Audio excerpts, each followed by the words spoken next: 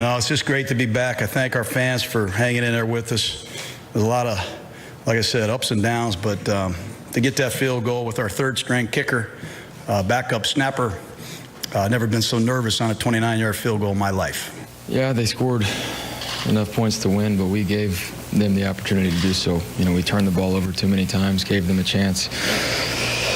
And in this league, when you turn the ball over like we did today, like I did, you're not going to win those games. And so we saw the end result of that. There's a lot you can pinpoint here as to why the Raiders won this game and the Browns lost. Was it Baker's turnovers? Was it the officiating? What would you say was the key to this game? The turnovers. I never like to blame officials because typically you're talking about one call during the game. And there's 65 plays offensively, about 20 to 30 plays special teams-wise, another 65 to 70 on the defensive side. Those plays in the third quarter when they had the 2-touchdown lead, when they turned the football over inside the 10-yard line, pressure off his right side, his tackle gets knocked into him, trying to throw. He fumbles the football. Then the interception at the 25-yard line to be able to go in. NFL teams, if you tell them they can go 10 yards and score a touchdown, 20 yards and score a touchdown, it's going to be hard to win games. Turnovers are bad, but when you turn the ball over in your own red zone, it's going to be hard to win games. So collectively, I didn't like the play calls. They were backed up inside the 10-yard line. First play, a pass play.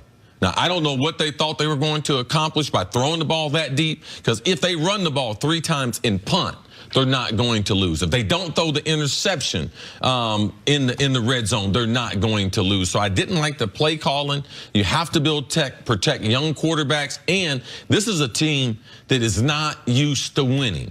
The coaching staff, the players, and that's what I see late in these games, a team that's not used to, how do I close out an NFL team? The Browns had every opportunity. C's right. The turnovers were killers, and despite the turnovers, you saw Baker, I think, once again take a step in the direction of being a star in this league. He made some tough throws, some big throws. They scored 42 points. Like that, the offense wasn't the problem despite the turnovers. And I also am not a guy that loves to say the officials blew this game. But there were 2 plays that one, the game is over. They called it a first down. They then booth review. I've always thought the booth review or any challenge was to fix an obvious error. I didn't think there was even a non-obvious error. I didn't think there was an error. And that they overturn it, then they have to punt. The Raiders end up scoring.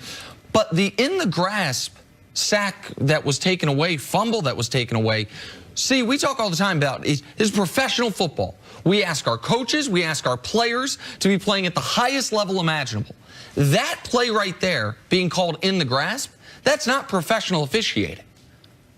Well, this is the thing about, I can understand a mistake right there. If you look at the umpire and the referee who comes in on the play, he doesn't see the ball. His vision is to the right.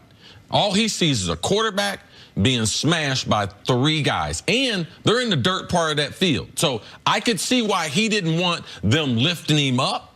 So as soon as they converged on him, he blew it dead. Now the ball's the other way. He's coming to the right side. You can see his hand up. He's blowing it dead. He's blowing it in the possession. He didn't see the football. And once he blows it dead, it's dead. I get it. There's no going back. So I can understand refs on that play. When you have the quarterback who's converged on from 3 different angles, I could understand him blowing the play dead, especially in that baseball part of that field. You do not want that quarterback getting dumped on his head on that dirt. So I could understand him erring on the side of getting in there early. It's a bad look. It's a bad call. But I can live with that call. And this was, by the way, the Raiders had one of these go against them as well. Like, they had a very quick whistle in this game, oddly. Like, Marshawn Lynch was out on the sideline. He wasn't in the dirt part of the field, and he's Marshawn Lynch. We're not trying to protect running backs the way we are quarterbacks.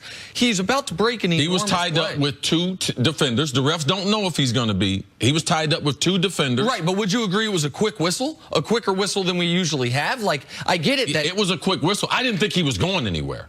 So you don't know either when the whistle blows, how much do the defenders stop? Right up. Sure, absolutely. Because that's a real thing. We hold all these guys to a really high standard, and those were, in my opinion, 2 awful missed calls. One affected the Browns, one affected the Raiders. But the one at the end of the game, it's just a pet peeve of mine. You can't use replay to get something wrong. Like, it has to be there to correct an obvious mistake. Even if you think the ball should have been changed, it was not an obvious mistake. The Browns are taking knees after that if they don't overturn it.